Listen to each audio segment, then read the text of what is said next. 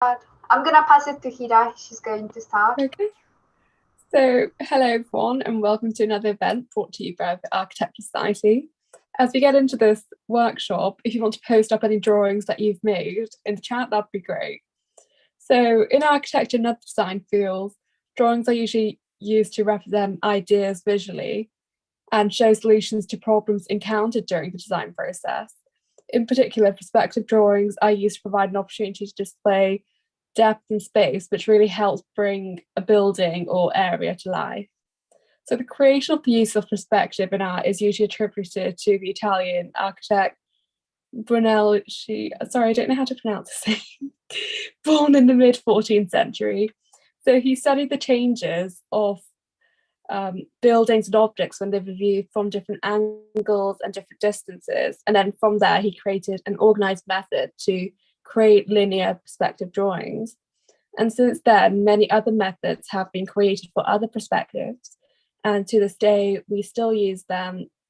And it's very important during, the finalization of our designs and during the creation, the initial steps of our designs to display our ideas using this perspective method.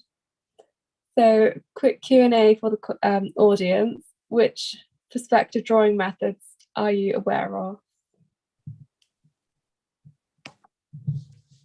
Don't be shy.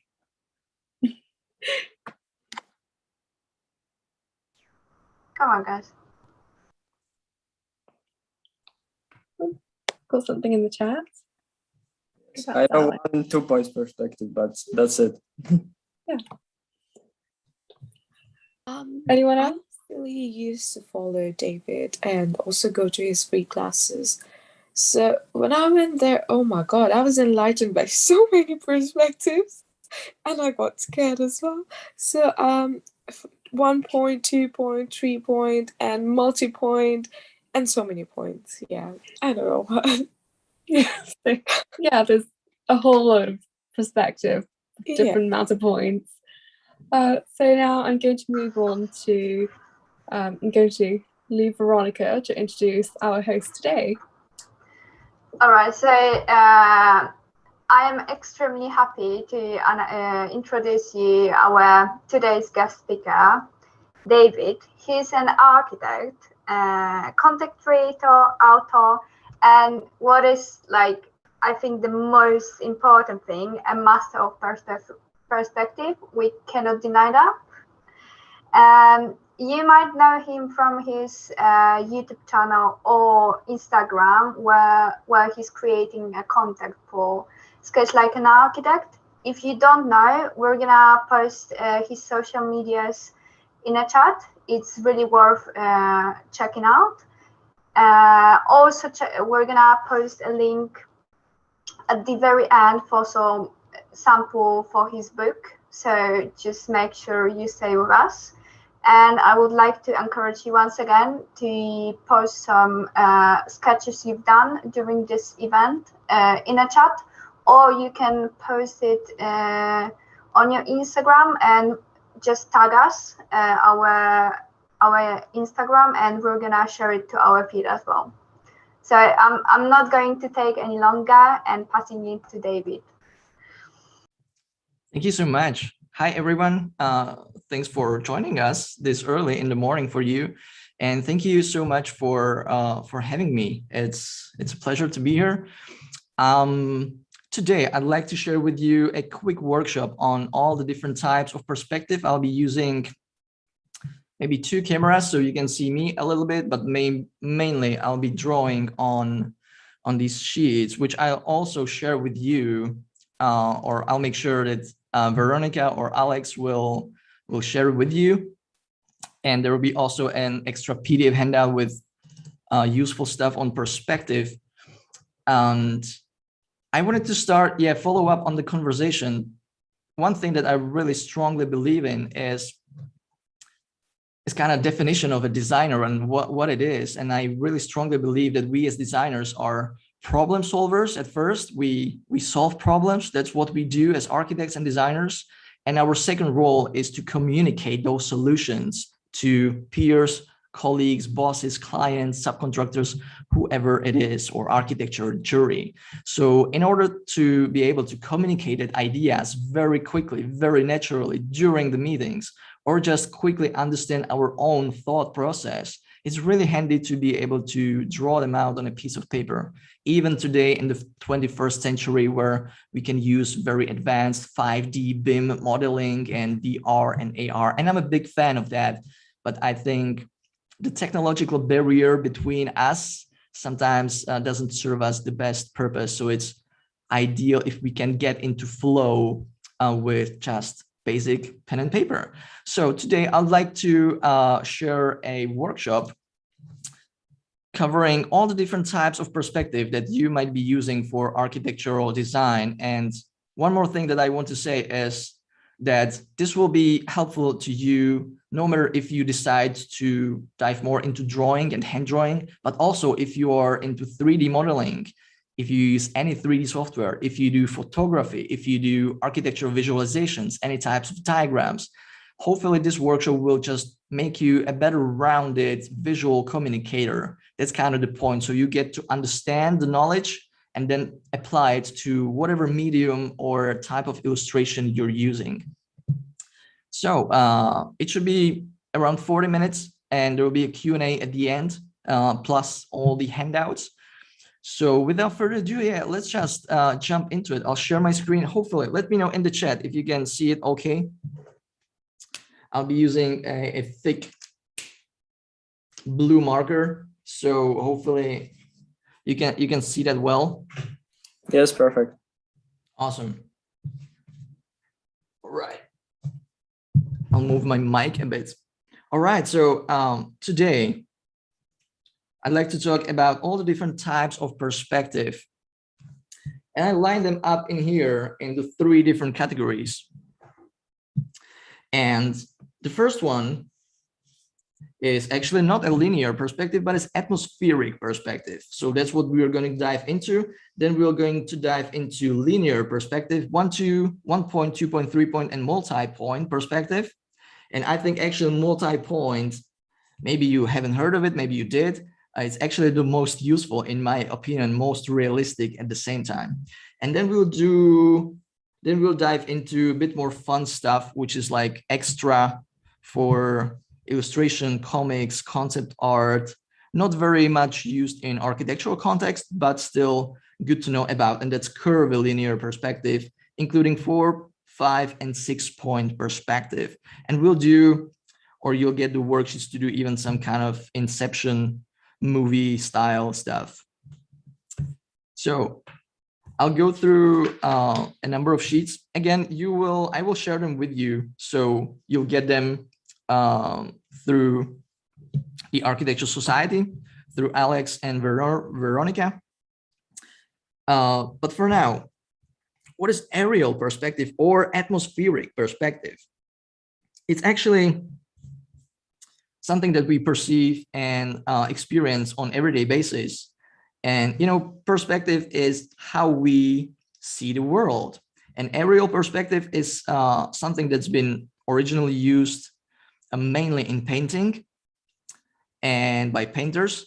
And it's based on a phenomenon that when looking into distance, we perceive actually a thickness of air, which goes from the point we stand towards some objects in the very far distance.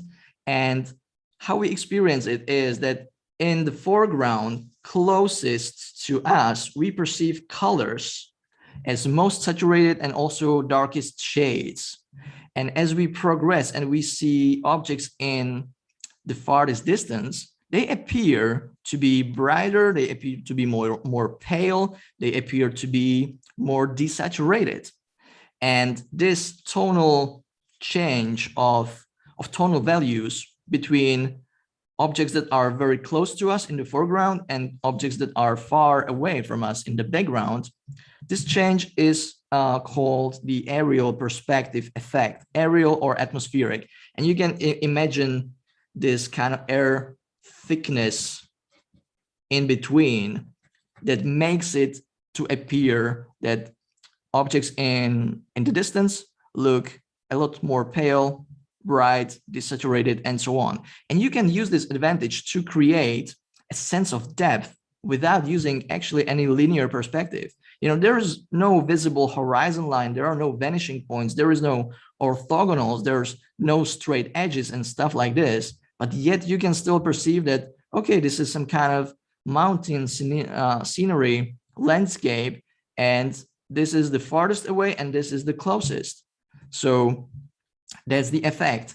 As you can see, mostly as painting is based on surfaces, you can use it with different painted surfaces, solid colors, or painted areas. But we as architects very often use line-based drawings, whether it's our own sketches or AutoCAD drawings or any type of technical drawings. And we actually use it as well in our technical drawings in sections, for example, where the part that is really in a section cut is the most prominent one, is the one with the thickest stroke, thickest line weight to really pop out of the drawing and make us understand what's being cut and what is in the elevation. So you can get advantage of this principle even in line-based drawing by using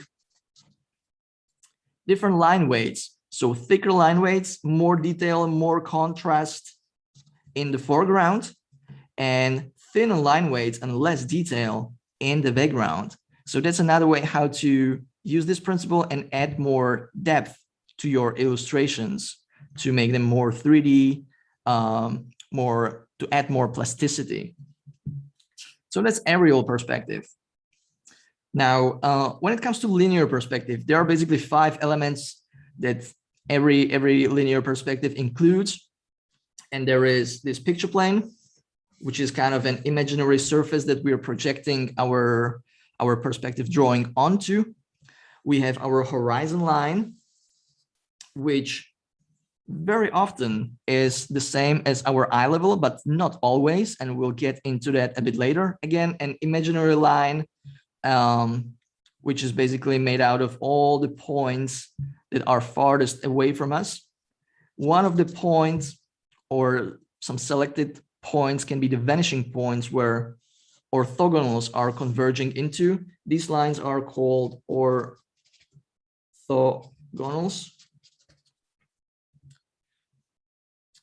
And we have also the ground line, and that's where our picture plane is sitting.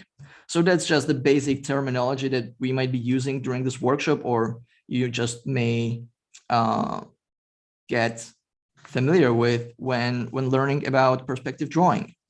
And I will not go really into very, very basics, but I'll try to take a bit different look more on the composition of the basic types, 1-point, 2-point, and 3-point perspective.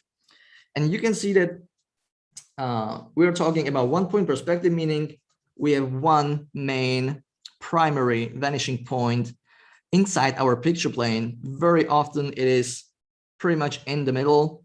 It's called also frontal or central perspective. But what I want you to focus on is actually where is the focal area or focal point in 1-point perspective. As you can see, and this is a good example. We have, this is interior, this is exterior. It works in both. We have horizon line somewhere here, maybe a little bit lower, as I can see by the human figure. And we have one vanishing point, and we have a lot of leading lines, which really lead my eyes towards that area. You can see it once more in here.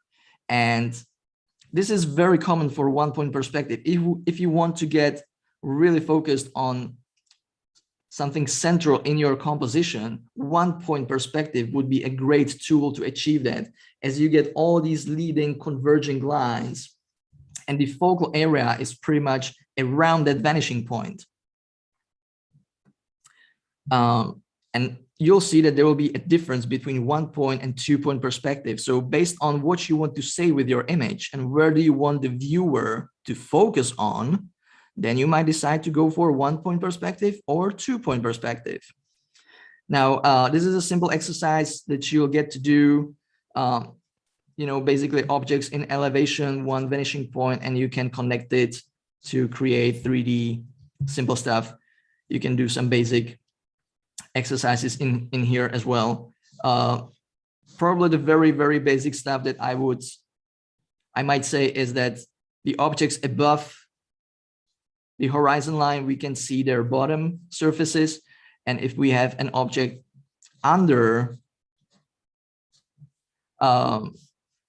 the horizon line, we can see its top surface, right? I'm using a super thick marker, but hopefully you get the point. Now, 2-point perspective, and when it comes to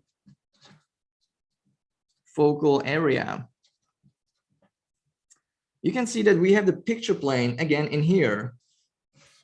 And actually, we have the vanishing points outside of the picture plane very, very often, because we want to still keep a realistic field of view. And you might know that the realistic field of view, what we can see as humans, which is not distorted and which is not peripheral, is only around 40 to 60 degrees. And as you know, probably from the descriptive geometry or constructed perspective, the angle between these two vanishing points is 90 degrees.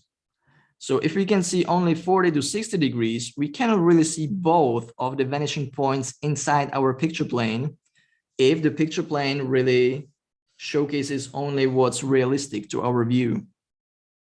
So that's something important to realize. And on the other side, when it comes to the focal area, I'll try to dissect this view, right? This is an innovation center in Chile by Alejandro Aravena. You might be very familiar with this project. Alejandro Aravena is also a Pritzker Prize awarded architect. And this is a great example of 2-point perspective.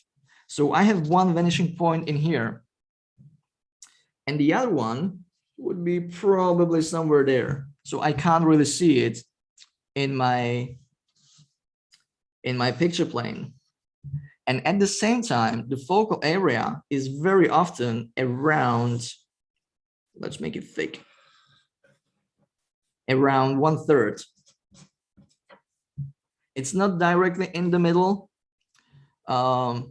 I don't want to have objects oriented 45 to 45 degrees. It doesn't create the best appealing compositions in most cases, unless you're going for a really strict symmetry. So usually 1/3 is where we want the viewers to focus on. You may have heard the rule of thirds for composition. It's just a rule. You don't have to follow it strictly, but it might be helpful in some cases. Right? And there is, again, maybe I'll use a different one, a different marker for 2-point perspective. Horizon line, one vanishing point, the other one. And of course, if we are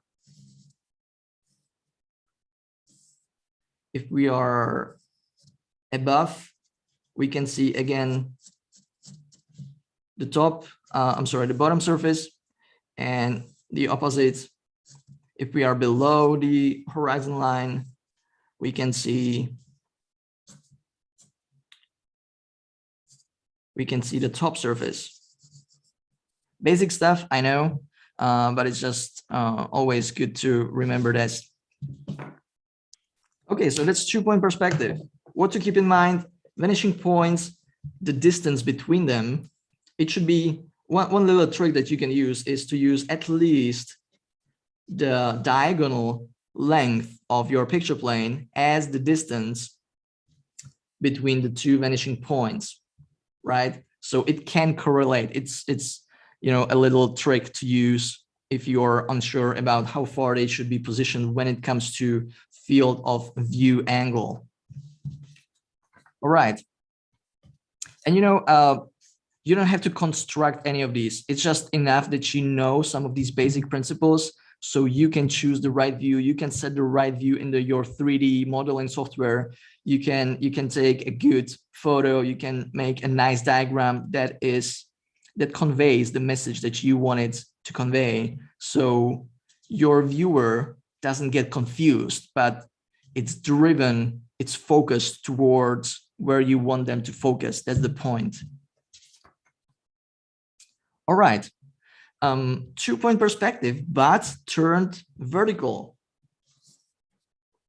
And that kind of follows up on what I've been saying at the very beginning, that horizon line is not always the same as eye level. We have a physical horizon, and that's not the same as the horizon line in perspective drawing. Horizon line in perspective drawing can be positioned in many ways, and it's just another tool for us here to position our primary vanishing points, which we have 2 of them. So basically we took a 2-point perspective, basic stuff, and we turn it vertical. And what it does is that it kind of substitutes a little bit an effect of 3-point perspective. It looks a little bit like this, but it's still just 2-point because these horizontals, that they are not converging anywhere. They are strictly horizontal. So again, you can play with it. You can turn it upside down. You can turn it vertical. And all these things that I mentioned at the beginning, like the vanishing points and horizon line, you can have multiple vanishing points. You can have multiple horizon lines in the same drawing based on how your objects are positioned.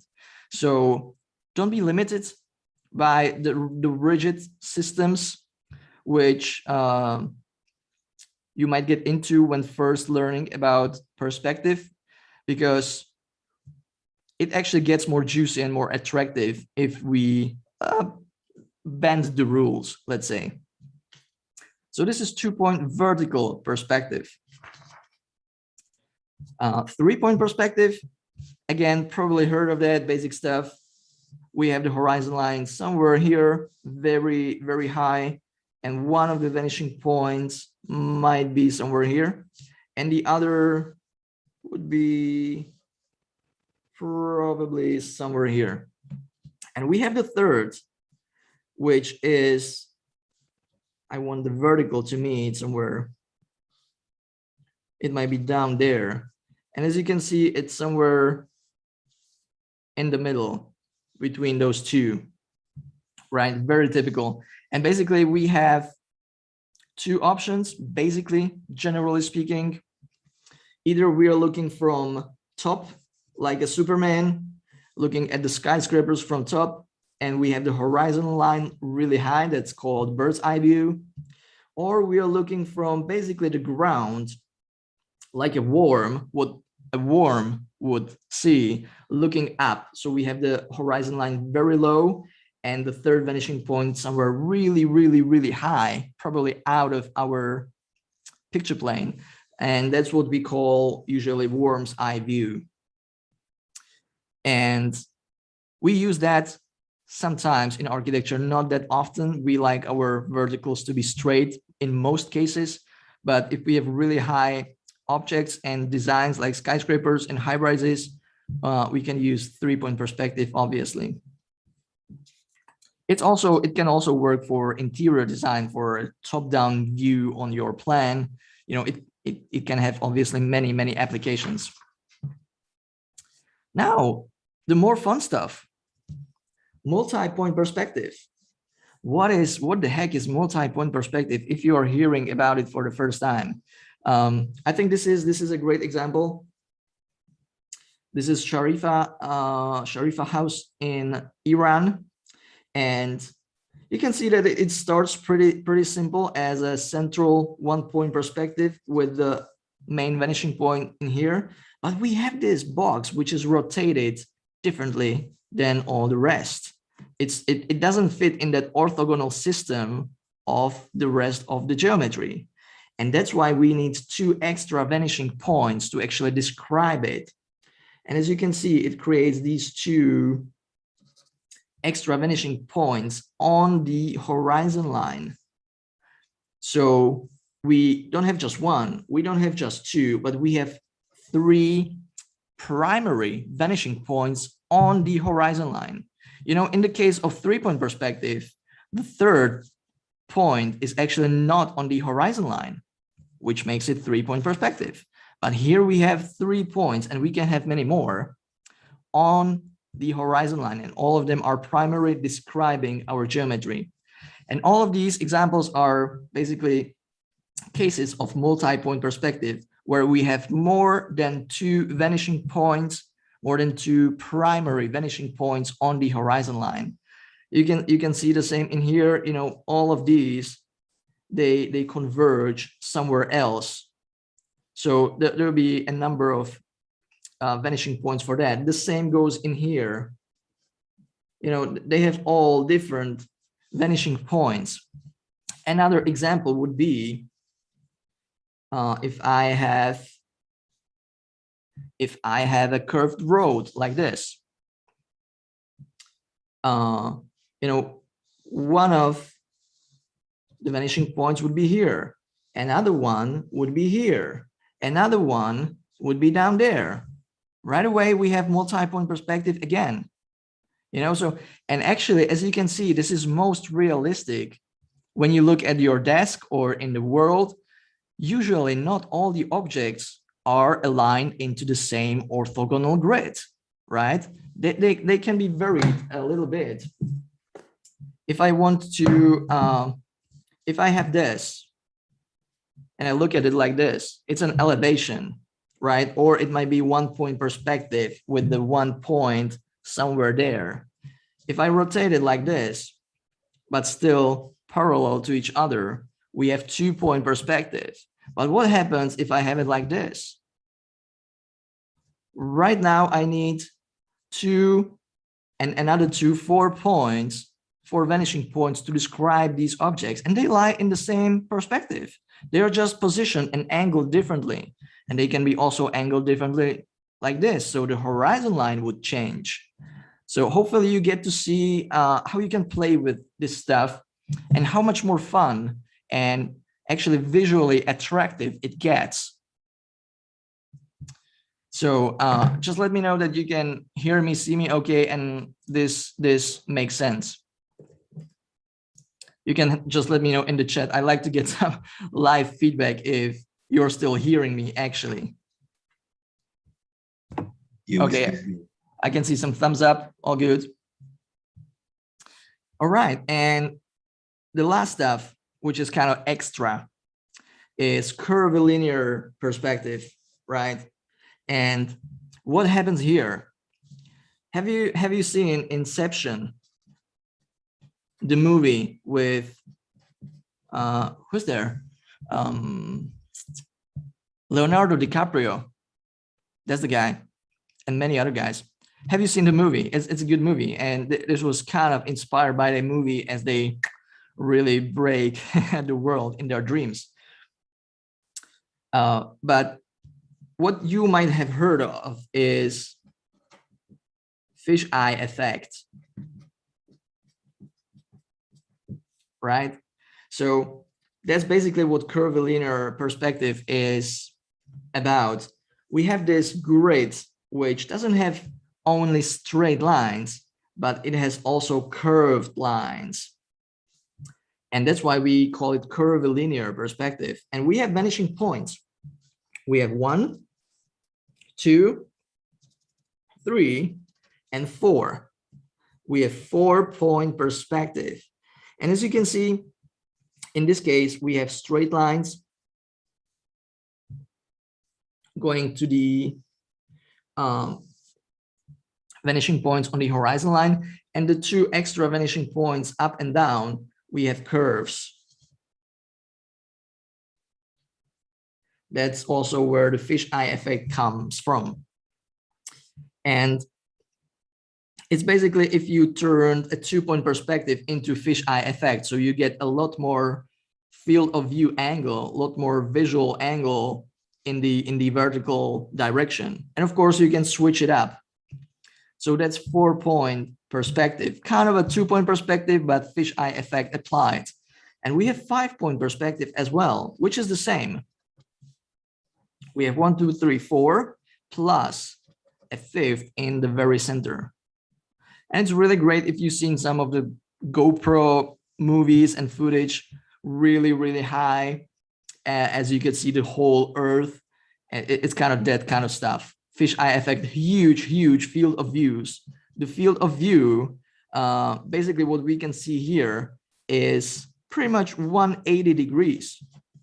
It's not realistic for us humans to see it, to experience it like this, but we can put it in our drawings. We don't have that constraints in our drawings, right? And we use curvilinear perspective to describe these geometries like this. And as you can see, you can combine different views.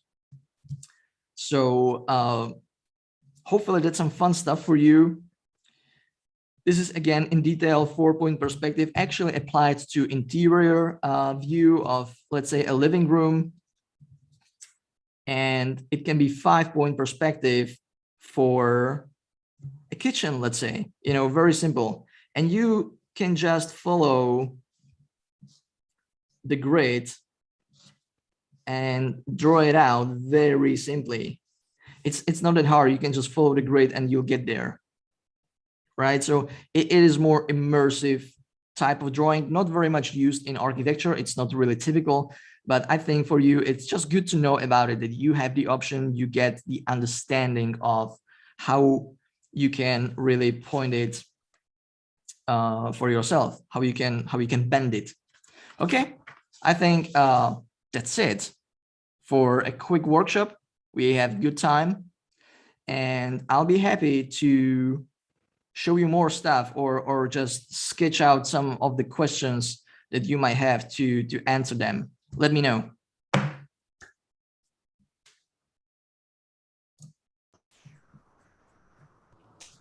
Thank you. That was awesome. Oh, that was amazing.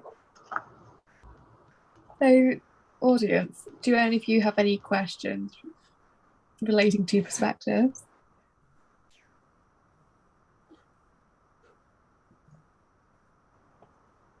Wow, you're sharing already some images. Would you like to share any sketches with us? Awesome. I have a question. Go ahead. I just wanted to ask, how would you go about drawing, like, for example, say like spherical objects in perspective view? Right. Yeah, that's a good question. If you get to more curvy stuff, or as you mentioned, spherical stuff, what I would still do is let's say we have, I'll switch it up to full screen. Okay, let's say we go for 2-point perspective. I would start if it's a more complex object, curved or sphere, I would always start with a simple box that I know how to draw very simply, and I know how to position it. And I would start with a simple box, which would give me the right position within perspective, as well as the right scale, the right proportion. And I would draw it the first as the box, and then I would draw it within that box. So I wanted to zoom in like on my iPad, sorry. You can use simple constructions to draw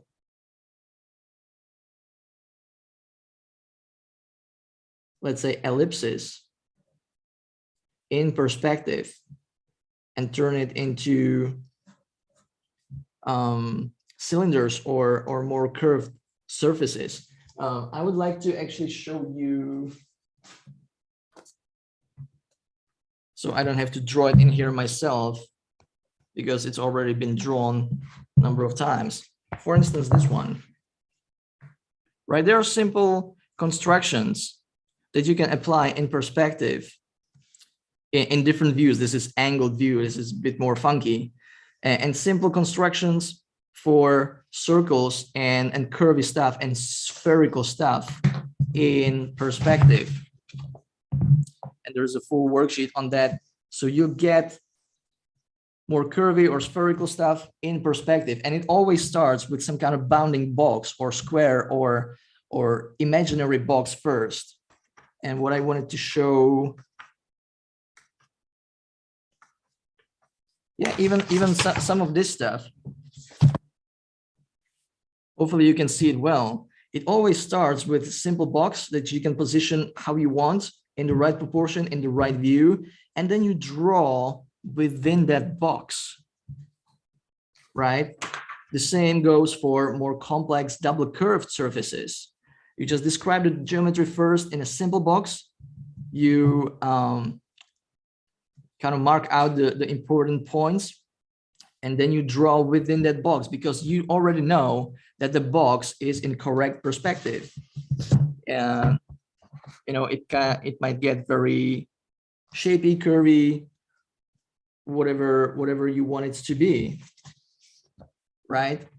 And again, if you have more complex stuff, if you have some more complex furniture, draw it out piece by piece, or it can be more bounding boxes and then draw within them. So you get the first perspective view correct, you get the proportions correct first, and then you draw within those boundaries, and it's much, much easier. You can see a full process of a kind of curtain surface in here. Right? It's not that hard. You just have to break it down into more basic pieces that you can easily draw out. Let me know if it makes sense. Yes, it makes sense. Thank you so much. So yeah, that's how I would go about any more complex shape or surface in perspective. So draw it out as a box first and draw it within that box or a number of boxes. That's why actually we draw the boxes first. We learn perspective by drawing boxes first. They are easy to understand, and we can use them to achieve more complex objects and surfaces and forms later on, just following up, building up on those simple boxes. So never kind of underestimate the very basics because they will help you to get further and more complex. So yeah, this helped me, and I believe many other people. It's a good approach. Thank you.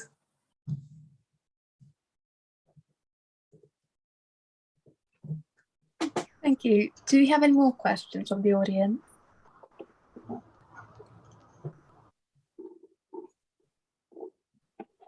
Don't be shy, it's a great opportunity to learn.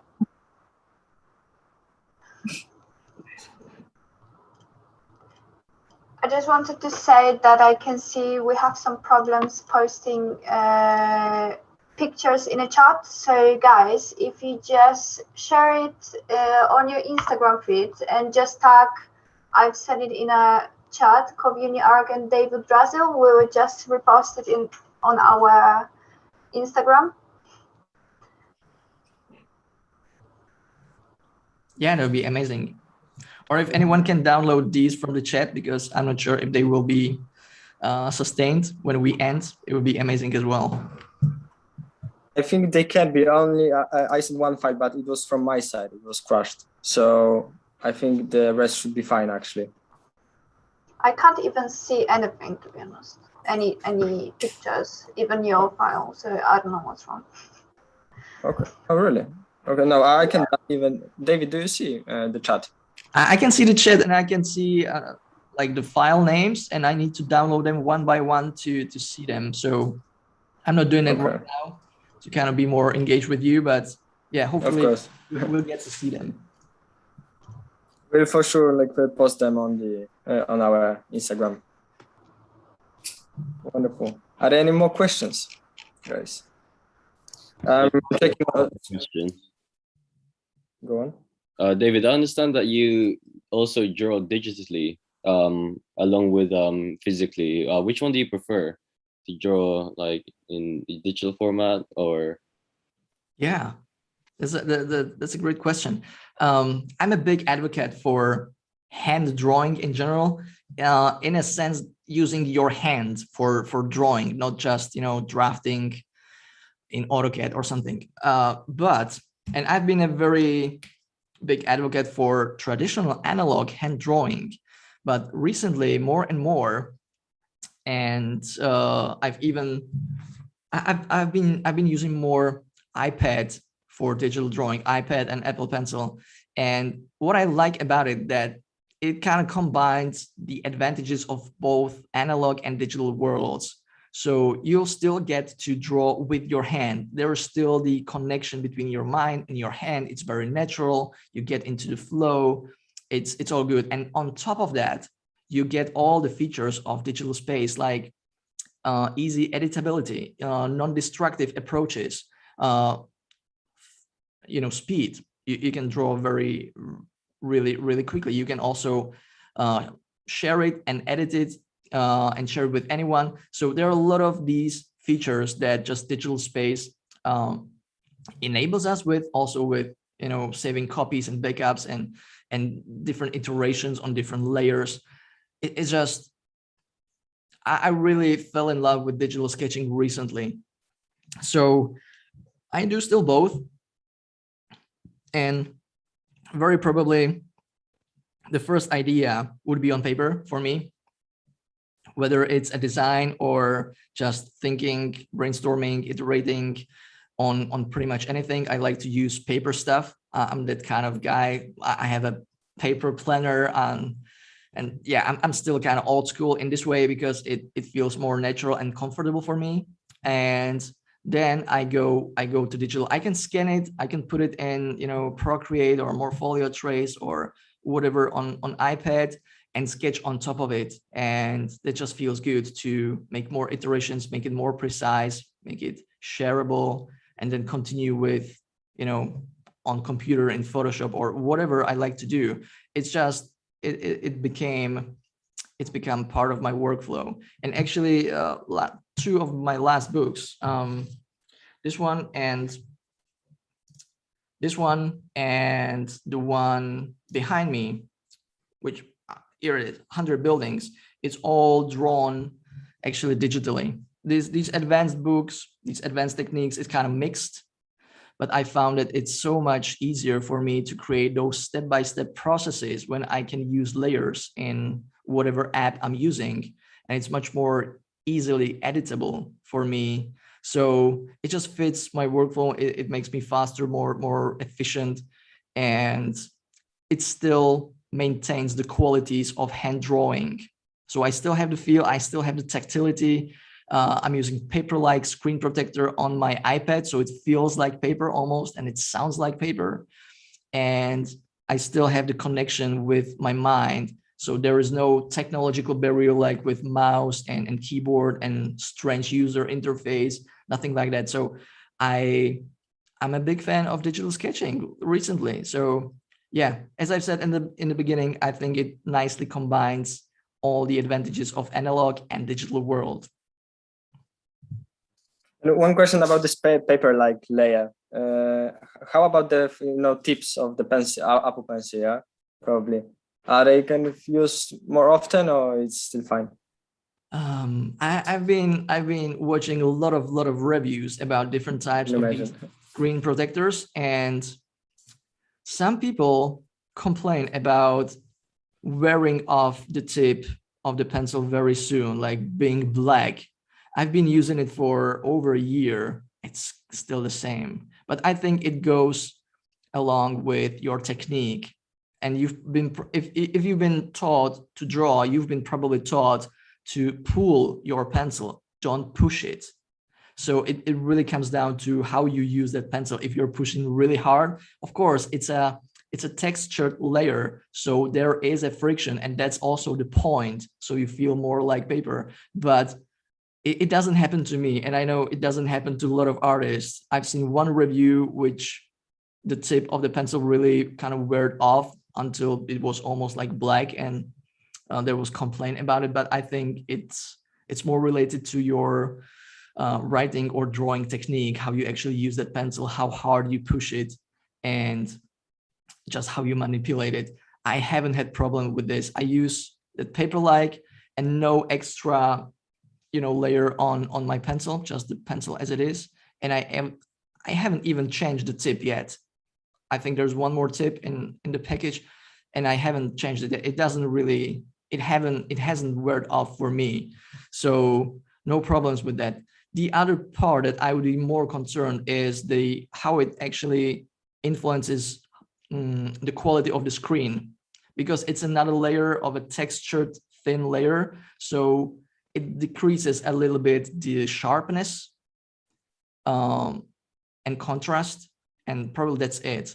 But if you use your iPad for note taking and writing and drawing, it's not a problem. If you use your iPad for watching movies and playing games, then any kind of layer on top of it probably doesn't make sense. But if you use it for drawing and you want a better feel, the glass screen on your hand, then yeah, I would go for some screen protector. I can vouch for Paperlike. It's been really good, and I had it over a year, no problems whatsoever. So that's my experience, but feel free to do your research and check out other reviews as I did, and make your own opinion. What about accuracy? Because this is what I'm worried now. I get the kind of additional glass layer, and I see that accuracy is reduced. Actually, not a lot, but I can feel it when drawing. What about this paper-like layer? I don't really feel the difference. I don't. Okay. I don't. Personally, I don't. Yeah, and that's my personal experience. Yeah, I think they did a really good job with iPad and Apple Pencil, and I'm not an Apple person. I'm not. I don't have Mac. I don't have iPhone. The iPad is the only thing from Apple that I have, but they did such a good job with how it works together. So I'm very impressed, and I haven't experienced reduced precision or accuracy with the Paperlike. It's kind of still the same. I wanted to ask, do you use any other softwares besides Morpholio and Procreate for sketching? I've been experimenting. I'm trying to learn more and more. Recently, I've dived a little bit more into Concepts app. The difference between Procreate and Morpholio, Trace, and Concepts is that Concepts are vector-based. So you're drawing in vectors. Morpholio, Trace, and Procreate are raster-based. So that's really important difference for what type of graphic and what type of features you want to use. So I've just started learning Concepts app. I know a lot of people use it for many different purposes, including architectural illustrations, but also just note-taking and brainstorming. So I would look into that. And yeah, I think that's it for me. When it comes to drawing or sketching, Morpholio, Trace, Procreate, and Concepts app are probably the best ones for me. I know there's also Autodesk Sketchbook, but I'm not a big fan of that. I'm not a big fan of Autodesk in general. So yeah, these three I can recommend, and that's a great place to start. Thank you. Are there any more questions? Yeah, what made you want to create content for sketching instead of being like a normal like architecture route, basically? Yeah, this question goes really back to my master's studies in Denmark, where I've been trying to scratch my own itch in a way. I've been trying to solve a problem that I've experienced firsthand in person during my studies. And when I saw great people, architects from Poland who were really drilled in drawing, and some of, let's say, Danish students at that university that haven't been taught to draw, and what difference does it make in those 5 or 6 years journey? And the difference it makes is clarity of visual communication, how good you are in conveying a message through any type of visual. It doesn't have to be drawing. It can be a photo, scale model. It can be a visualization. It can be a collage. It can be anything visual. How well you are actually, how effective are you in that visual communication, as well as overall graphic standard of all your visual outputs, including normal architectural drawings, technical drawings, just how well you are able to communicate visually as an architect compared with people who have been really drilled in drawing and have learned the basics with or by hand, and people who haven't been taught. It's not their fault, but the university didn't require it and they didn't teach it, which I think is the biggest problem. And I've seen the difference between these people because it was very international environment, and it was just like day and night in the clarity of visual communication, how well they were able to communicate within the group, with the professors, in the pin-up presentation, in the big defenses and the big final presentations. It was just it was very nice to look at, for example, work of a few Polish students, which were really well kind of crafted in this area, in both hand drawing and digital, and it translates into everything you do as an architect. So I saw this importance of having that background in hand sketching or not, and what difference it makes. And also in our group, we worked in a group of 5 or 6 people for the main project. So it was collaborative environment, group work, teamwork.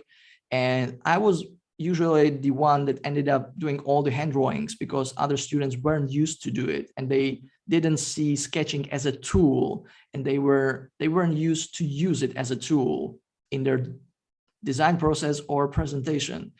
And I think it's been problematic for them in many ways. So I thought, hey, I've been drilled in drawing at the university in Prague as well for 2 years as a part of the curriculum in the university, and it helped me immensely. And me personally, I was very happy to adopt sketching as a tool, and I developed it further during the rest of the years.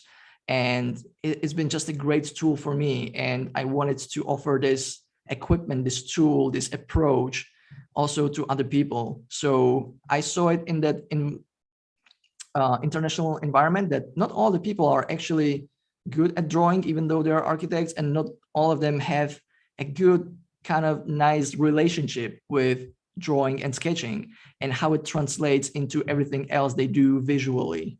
So I really believe that great foundation in hand drawing translates into everything else that you do, into how you can process thoughts visually, how you can think for yourself, how you can brainstorm, as well as how you can communicate externally to anyone else, your peer, your peer students, professors, subcontractors, architects. And it's so much faster when you are in real life practice with a subcontractor on a meeting and you want to sketch out the detail.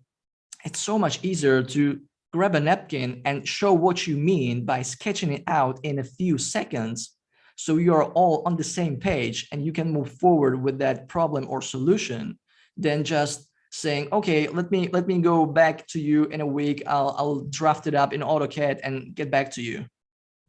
It's so much slower, and therefore it also costs a lot more money than to be able to just quickly sketch something out during a meeting to be understood by the other party you're talking to.